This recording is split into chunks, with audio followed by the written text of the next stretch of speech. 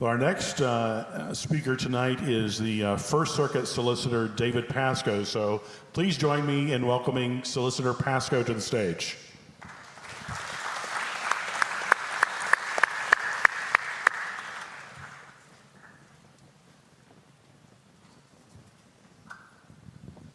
Good evening, everybody. It's great to have you. Great to be here. So if you could just start us with a 2-minute opening statement. You got it. Yes, sir. I'm David Pascoe, and I'm running for Attorney General to make South Carolina safer and a lot less corrupt. I've been a prosecutor for 33 years, and during that time, I'm the only candidate who's put evil men on death row. I sent a cop killer to the firing squad just last spring. I'm the only candidate running for office that has prosecuted corruption at every level of government, from the cities all the way to the state house. I was the first public official in South Carolina to call for judicial reform. In fact, in the words of my good friend Joe White, David Pascoe is the reason judicial reform was on the 2024 presidential Republican ballot. I'm proud of the fights that I fought as a prosecutor for this state, and I'm going to fight as your Attorney General with a plan to lower crime. Go read my plan. With a plan to fight illegal immigration and keep them in jail longer so ICE can determine whether they need to be deported or not. And then I'm going to fight like Gideon's army on my two biggest topics: protecting our children better, because we have done a dismal job in South Carolina of protecting our children, and prosecuting public corruption. It's time to flip the tables in South Carolina. I am going to improve our single-digit rate on child pornography cases, and we are going to start seeking the death penalty on child rapists. And I'm going to establish a statewide youth church diversion program to get our children away from a path of crime. And on corruption, the reason they're coming after me, the days of lawyer legislators making millions of dollars in government contracts are over, because I'm going to fire them on day one. We are going to investigate illegal lobbying for the first time in South Carolina since I was your special prosecutor. And I'm going to end with this, because I got to believe my 2 minutes are almost up. The days of toleration are going to come to an end in South Carolina, and I'll explain that in my 1-minute closing. Thank y'all. Thank you. Thank you for letting me go over. Great.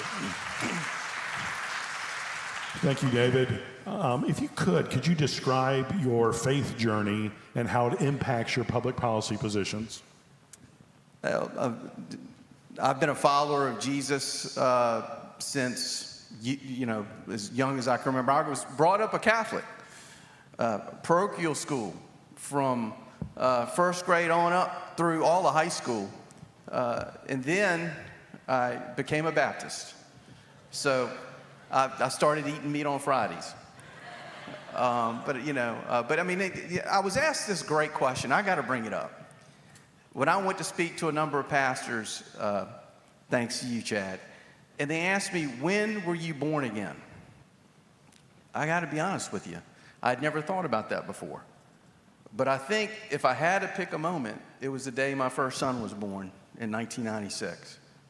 Because if there was any time in my life where I got even closer to Jesus, it was the day that my first son was born, Michael.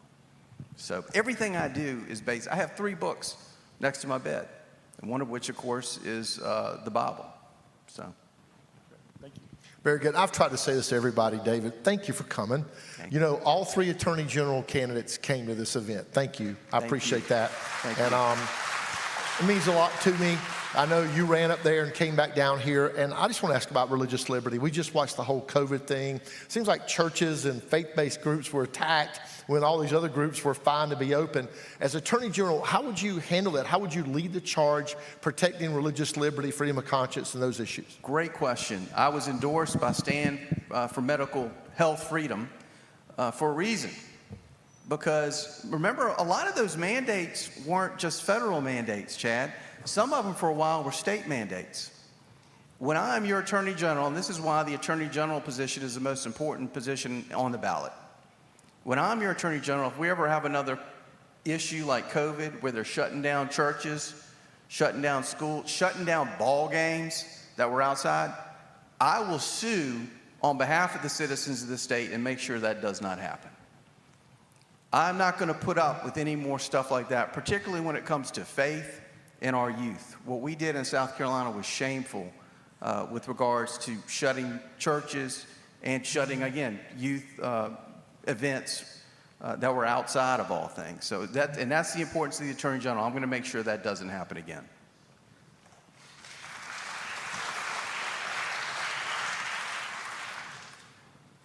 David, as you know, the legalization of gambling is a subject that the General Assembly has been extensively debating this particular session. As Attorney General, what type of actions would you take to oppose the expansion of gambling in the Palmetto State? All right, let's be honest for a minute.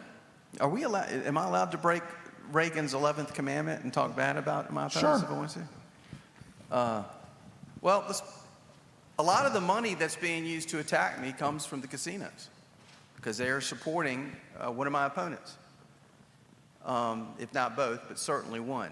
Let's be really, really honest. If David Pascoe is the Attorney General, the chances of a casino coming into Orangeburg are about as close to zero as you can get. Not only am I philosophically opposed to it, but that's not the main reason. I'm philosophically opposed to everything. What I am, a lot of things that are still going to be legal, and I am pro-law. I'm always going to enforce the laws. The reason it's not going to come is because there is no way in heck that they're going to get that bill passed lawfully. There's no way they're going to do it without a lot of money going under the table. I am the only candidate for Attorney General that's running on an anti-corruption platform. And when I'm your Attorney General, I'm going to make sure they do everything right. And that means making sure nobody's being paid or that there's no illegal lobbying going on. Do y'all really think that they can pass a casino in South Carolina the right way? Not a chance. And when I'm the Attorney General, I'm going to make sure they always have to do it the right way. And there's no chance we'll get a casino when I'm the Attorney General. None. You and I first met at a judicial reform meeting, and I really like how you put it in the survey. You'd like to elect judges anyway, other than the way we do it now. You mentioned the Missouri plan. Would you elaborate on that? What's the best path forward for South Carolina in electing judges? And it was 2021 when I decided to go on my crusade on judicial reform. And the first place I went were to Republican Party events to talk about how we needed to change the way we picked our judges. And Chad, you are so right.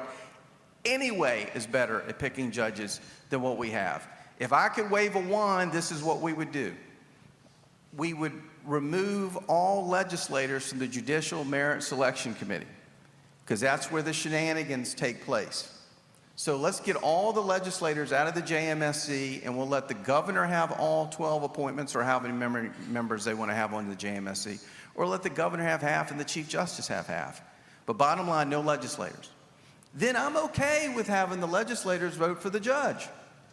And this is why. It's in the Constitution, and it's going to be almost impossible for us to pass a constitutional amendment changing the way we pick our judges. So we'll let the legislators elect the judges one time. But this is where the Missouri plan that Chad mentioned comes into play. So I'm not making this up. Other states already do this. When that judge is elected to the bench, he or she serves her 6-year term on the bench. They then, when their term expires, they then go before us, the people. It's not a judicial race where there's an opponent against them. They're on the ballot unopposed, and we give them an up or a down. If we give them an up, they get to stay on the bench. If we give them a down, then we go through another process and someone else will run for judge.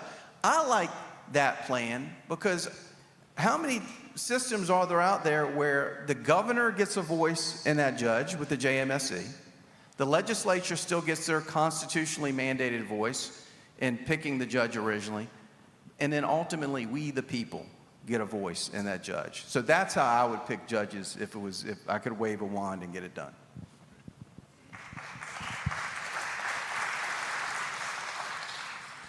David, as you're aware, South Carolina consistently ranks among the worst states in the nation for parental rights, and there's been a lot back and forth in the legislature this year. But as a parent and possibly as our next Attorney General, how important is this issue to you, and what steps would you take to promote parental rights? Very important. Government doesn't know what's best for my children. Government doesn't know what's best for your children out there. So I'm always going to fight for the citizens over not only government, but over bureaucracies and over school boards or anything else to ensure that the parents have the first say-so in their children's welfare. I mean, it's actually a very simple question and a very simple answer. It's a top priority. David, throughout his tenure as Attorney General, General Wilson actively led efforts across the nation to protect life, defend religious liberty, freedom of conscience protections. What types of actions will you take if you're elected as our next Attorney General to lead the way in that? And I will applaud him in how he has been the first line of defense against the federal government and even other states that have tried to encroach on our rights on those issues. And as your Attorney General, I'm going to do exactly what he has done, and I'm going to be the first line of defense to make sure progressive or liberal states or maybe a federal government don't encroach on our rights. But let me tell you one of my goals. We're always the 17th or the 23rd state that files the lawsuits against the federal administration.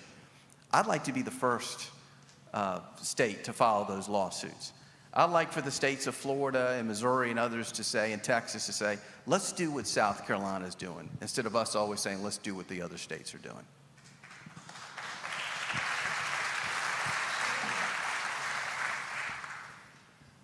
Well, you have been one of the most succinct persons in giving answers tonight.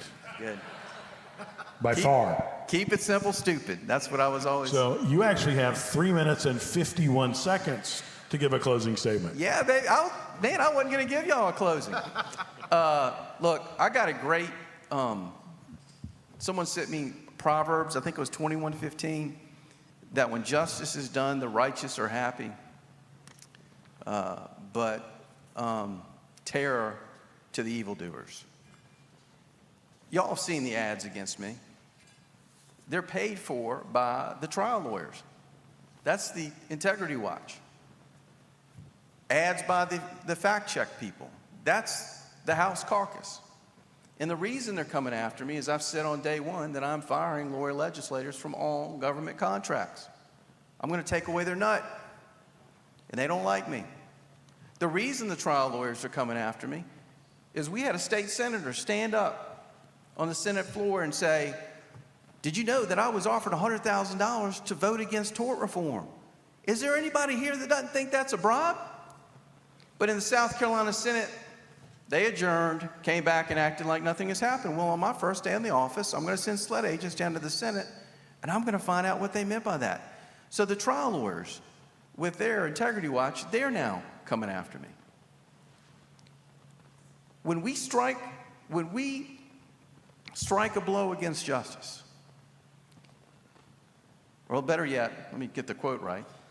When we tolerate what we know to be wrong in our society, when we tolerate what we know to be wrong, we strike a blow against justice. And that's why when I'm your Attorney General, I promise you that the days of toleration are going to come to an end. I got a very disturbing text 5 minutes before getting here, since I've got more time. I told you that I'm going to improve the conviction rate on child pornography. My former deputy solicitor literally just texted me that someone who got probation in Orangeburg on one count a couple of years ago just got rearrested for reoffending. He shouldn't have been out on our streets. This is what I'm going to do. We get millions of dollars to prosecute child pornography cases, but we're prosecuting them out of Columbia. Some kid out of law school doesn't care about those cases in Oconee, in Dorchester, in Orangeburg, in Charleston. I'm going to take that money and I'm going to spend it in the local solicitor's offices, and that's where we're going to prosecute those cases. And we will see a much higher conviction rate, or David Pascoe will go campaign against that solicitor with your help, and we'll get him out of office. Child rapists. People say we need a statute to seek the death penalty on them. No, we've already got the law. We are going to start seeking the death penalty on child rapists in South Carolina when I'm your Attorney General.